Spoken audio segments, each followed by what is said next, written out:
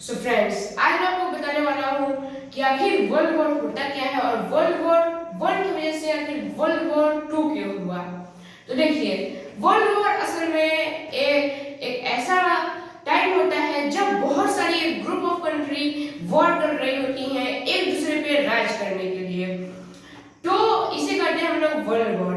और world war one इसीलिए हुआ था क्योंकि बहुत सारी कंट्री एक दूसरे पर राज करने के लिए हमला कर रही थी और बहुत सारी कंट्री एक दूसरे पर राज भी कर रही थी। फिर इसके बाद एक ऑर्गेनाइजेशन का भी फाउंडेशन हुआ, लेकिन वो भी इसको नहीं कर पाए, संभाल पाए और वर्ल्ड वॉर टू भी हो गया। तो देखिए, आज हम उसके बारे में बात करने वाला है कि आखिर वर्ल्ड वॉर टू क्यों हुआ वर्ल्ड वॉर वन की वजह से। तो देखिए, जब वर्ल्ड वॉर वन हो गया तो उसके बाद जर्मनी जो था वो हार चुका था। तो जो ब्रिटेन थे और फ्रांस थे उन्होंने क्या बोला जर्मनी से कि भाई जो जितना भी पैसा है, क्योंकि तुम हार गए हो, जितना भी पैसा है वो तुम ही भरो। और वहां पे थे करीब $300 बिलियन, जिसे कम करके कर दिया गया कि $250, तो $250 और $250 बिलियन, और सोचिए 1919 में $250 बिलियन, इतना पैसा। और इसकी जो लास्ट पे थी वो हुई थी 2010 में। तो ये सब देख के अडोल्फ हिटलर था, उसको बहुत बुरा लगा और वो क्या था ना कि अपने आप को किंग समझता था। तो उसने किया ना कि ये उसने सोचा कि बहुत अच्छा मौका है, तो उसने लोगों को भड़काना शुरू किया और बोला कि जो ज्यूज है वो नाजिज्म के कम्युनिटी से था, और वो बोला कि जितने भी ज्यूज हैं उन सब ने ही ये सब किया है, और ज्यूज बहुत सारे जर्मनी के लोगों को चिढ़ाते भी थे। तो उसने ज्यूज को मारना चालू किया और इतना खतरनाक हो गया, इतना खतरनाक मारने का उसका तरीका था कि जैसे कि अगर एक घर है उसके अंदर अगर उसके कम्युनिटी के अगर लोग भी हैं, सपोर्टर भी हैं, लेकिन अगर उसके अगर एक भी जूस है उसके घर के अंदर, अगर खबर आ गई कि छुपा हुआ उसके घर के अंदर, बेसमेंट के अंदर या कहीं और, तो उसको पूरे बम से उड़ा दिया जाता था उस घर को। ये नहीं कि अंदर जाके मारे, पूरे बम से उड़ा दिया जाता था। सोचिए इस हद तक हो गई थी। और ज्यूस के बहुत सारे लोग वहां पे भाग भी गए। तो क्या हुआ, जो अडोल्फ हिटलर था उसके क्या हुआ, भड़काऊ सब लोग भड़कने लगे। तो सब लोग भड़काने लगा और उसका स्पीच में इतना तगड़ा स्पीच देता था कि सब लोग उसके स्पीच में आके उसके फॉलोअर बन गए। फिर वो एक रूलर बन गया। उसके बाद उसने क्या किया कि अपनी खुद की नेवी बनाई।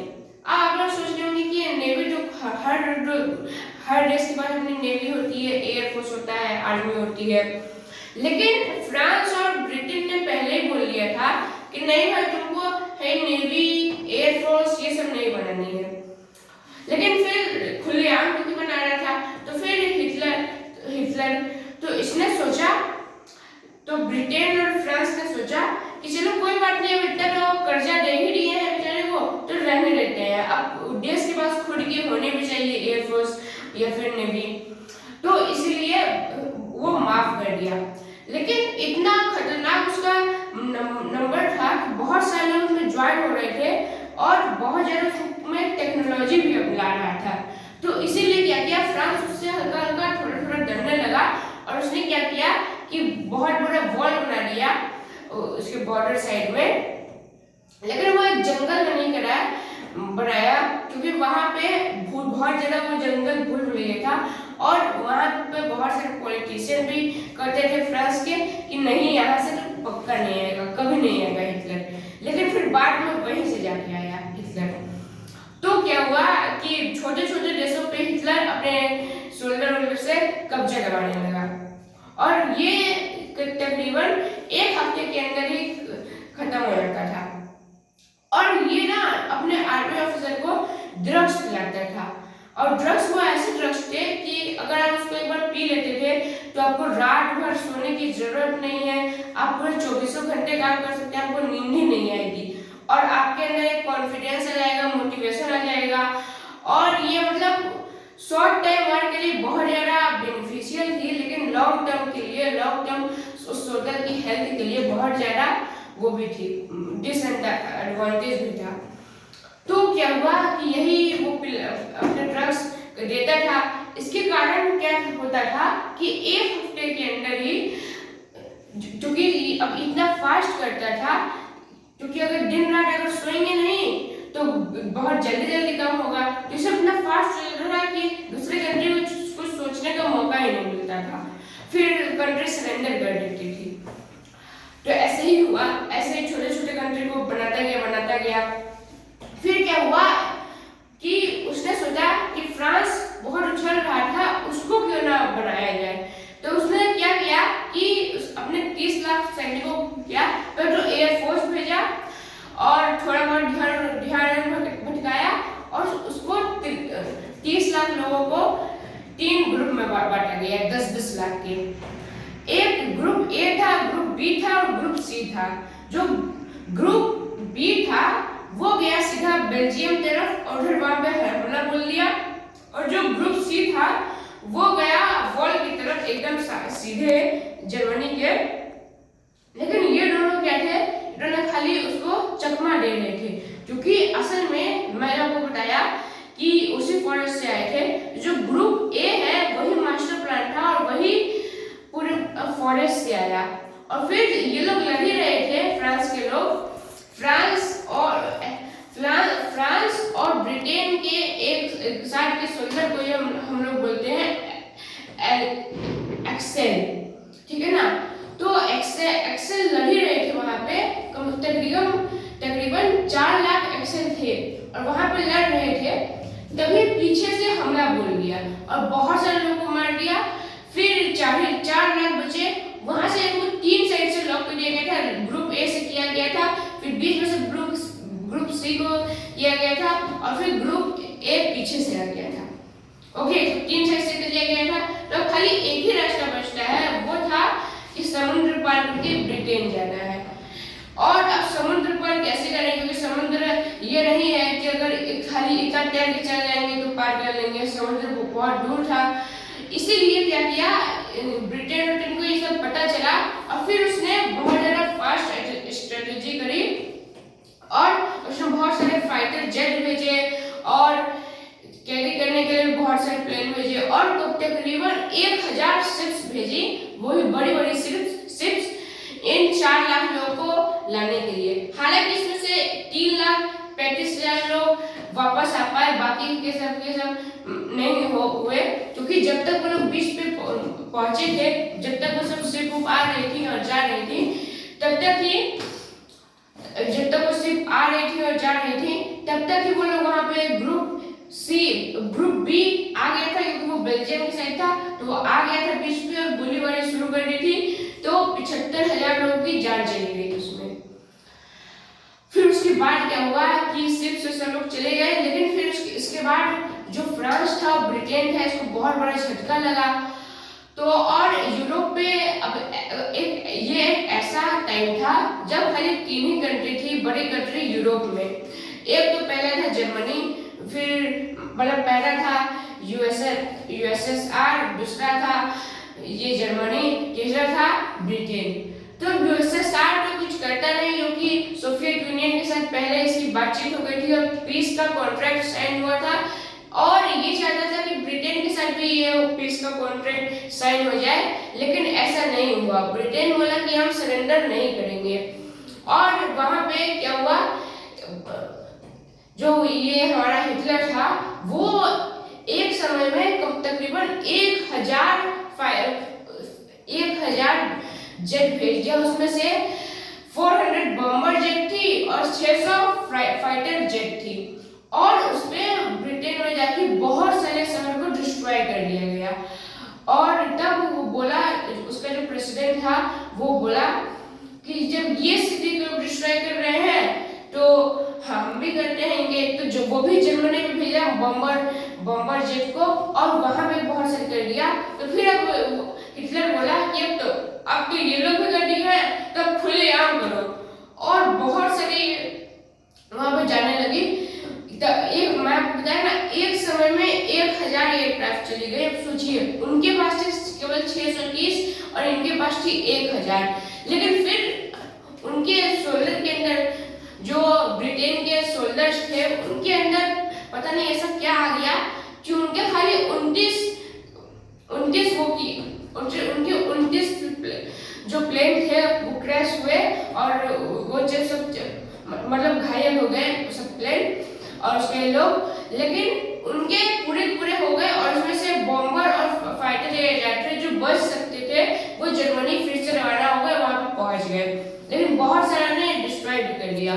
अब सोचिए अगर आपके देश पे आ रहा है और आपको लड़ना है तो आप एकदम जी जान से लड़ेंगे, मोटिवेशन करके लड़ेंगे, लेकिन अगर यही हिटलर के सोल्जर को लड़ना है तो वो तो कब्जा करने के लिए कर रहा है, ठीक है ना। तो ऐसा था, तो इसीलिए हमारा जो ब्रिटेन था वो बच गया, लेकिन फिर यहाँ पे आ जाती है बात कि कॉन्ट्रैक्ट तोड़ दिया हिटलर जो था, वो जो कॉन्ट्रैक्ट था पीस का स्टेफन यूनियन और जर्मनी में, वो कॉन्ट्रैक्ट तोड़ दिया और जो यूएसएसआर का पूरा 10% हिस्सा पूरा अपने ले लिया अपने अंडर में, और वो लगभग 300 किलोमीटर अंदर तक चला गया था यूएसएसआर के, अपनी आर्मी को भेज दिया था।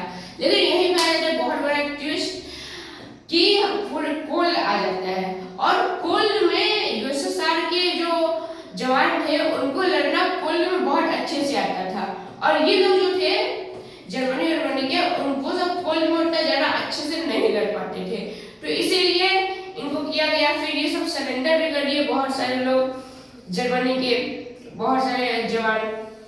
इसके बाद भाई क्या हुआ कि ऐसा अमेरिका तो अभी तक शामिल नहीं हो रहा था, लेकिन फिर जापान एंट्री किया और जापान खुलेआम इस पे, क्योंकि जापान उस समय भी बहुत एडवांस टेक्नोलॉजी था, उस समय तक बन गया था, 1943 की बात है ये, तो उस समय तक टेक्नोलॉजी था जापान के पास, तो गया और बहुत सारे बम वहां पे इसके जर्मनी में फोड़ दिए उसने।